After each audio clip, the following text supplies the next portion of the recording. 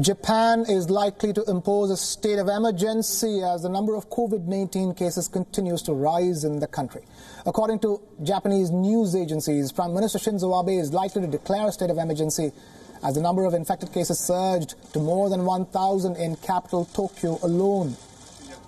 This comes as a second surge in the number of infected cases in the country, and this recent spike has sparked a cause of concern for the government. Shinzo Abe is likely to announce the emergency today and new measures likely to follow from Tuesday. Under a new amendment to combat the spread of the virus, the Prime Minister can declare a state of emergency if the disease poses a grave danger to the lives of the people and the economy of the country. Chief Cabinet Secretary Yoshihide Suga said that any declaration would be comprehensive and would be based on the opinions of experts. The declaration could go into effect as Japan's biggest ever stimulus package worth $550 billion is set to be announced on Tuesday.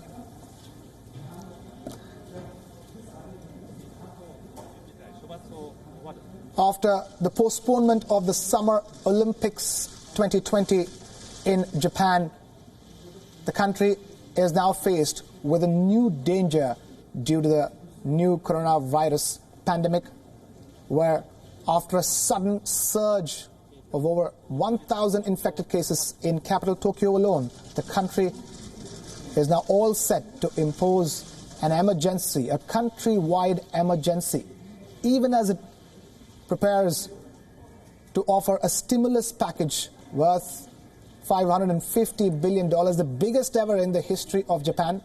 We have our correspondent Grace Lee now joining us with a live ground report straight from Japan's capital, Tokyo. Grace, talk to us. News agencies in Japan are saying that this state of emergency could be announced any time today. What are you picking up?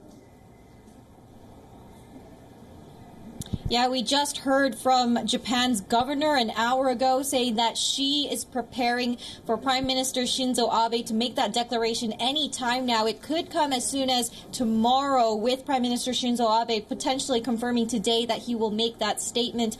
Now, the big question is what happens here in Tokyo after he makes that declaration? Well, it seems things aren't going to change that much for now based on what we know about the emergency.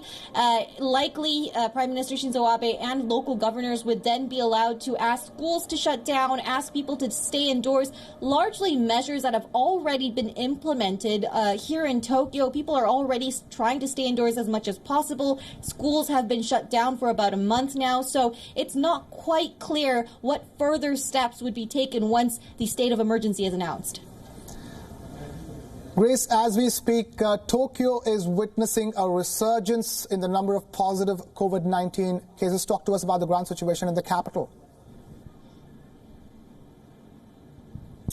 Yeah, the situation is looking more and more grim here in Tokyo. We saw another record high on Sunday with over 140 cases now. The biggest problem that we have here, according to medical experts, is that we don't have enough doctors who have the medical expertise to deal with COVID-19 patients. That means doctors who are equipped to use ventilators and other emergency equipment that they would need to help these patients breathe.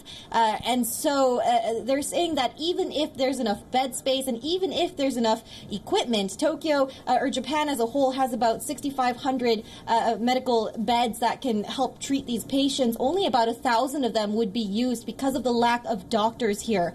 And that's all according to a local report here. And they say that the situation is looking increasingly dire. They're already running out of bed space in some of the locations across Japan. So doctors and medical experts are now gearing up to see what happens if we continue to see that curve trend upwards as we have so far.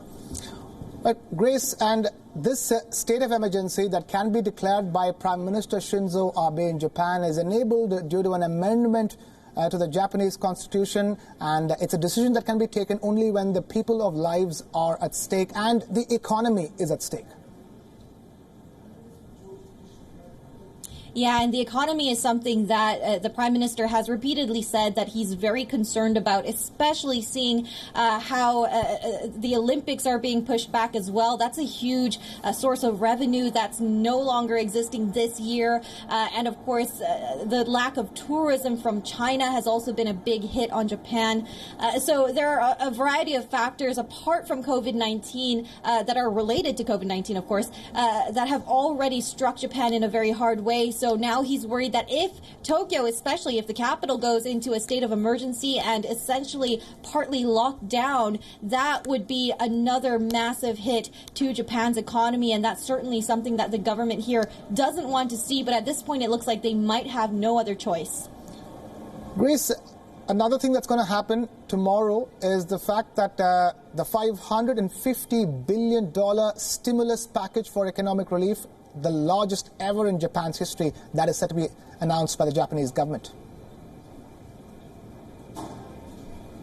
Yeah, so Prime Minister Shinzo Abe has said that this is a historic package, one of the biggest we've ever seen here in Japan. And it'll include likely a cash handout to residents and some assistance to local businesses, mostly targeting, it seems, small businesses, but also trying to help out the big businesses that have been hit especially hard by the Olympics being pushed back. Now, there has been some, people here who aren't really happy about the fact that, the extent of the economic package and the Prime Minister announcing the two-mask system where he's going to send 2 masks to every household. They're saying that, sure, these are economic measures that will help, but they're not really tackling the monster that is COVID-19. Japan largely has been playing catch-up with the disease so far and not really implementing a lot of measures, lockdown measures, that we've seen in other countries like the U.S., especially when they see this kind of curve upwards that Japan is seeing right now. So medical experts are saying, sure, the economic stimulus is great, but what we really need right now is some more measures to prevent the spread of COVID-19, which will in turn hit the economy if it spreads too far.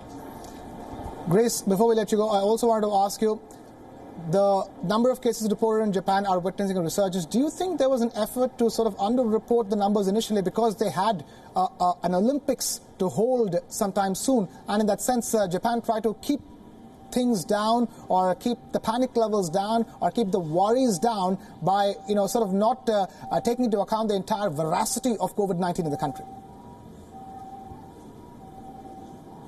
Yeah, so that's a major concern here from citizens and residents who say that, look at the numbers that Japan has been producing so far. They've only been testing 800, 900 people per day on average. And then you see places like South Korea testing 20,000, 30,000 people per day. Japan had a very early head start in COVID-19. They got their cases relatively early, but now we're at this point where most of the cases in Tokyo, 2 out of 3 cases, they are not able to track where these where these infections came from. So that really means that we're seeing a community outbreak here. And the more difficult it becomes for the government to track where these outbreaks are coming from, the more likely it becomes that these will spread uncontrollably, especially in a place like Tokyo where we see high density and also a very elderly population here. It is not good for the future trajectory for COVID-19 here, and that's what people are really worried about. Now, did the Olympics have a factor in this?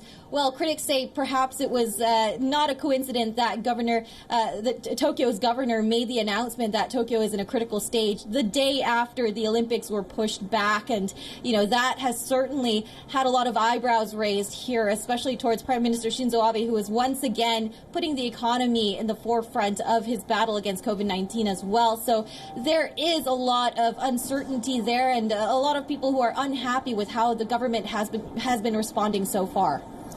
Grace Lee, our correspondent, joining us with that live ground report from Japan's capital, Tokyo. Thank you, Grace, for bringing us here on the broadcast on WION The World as well.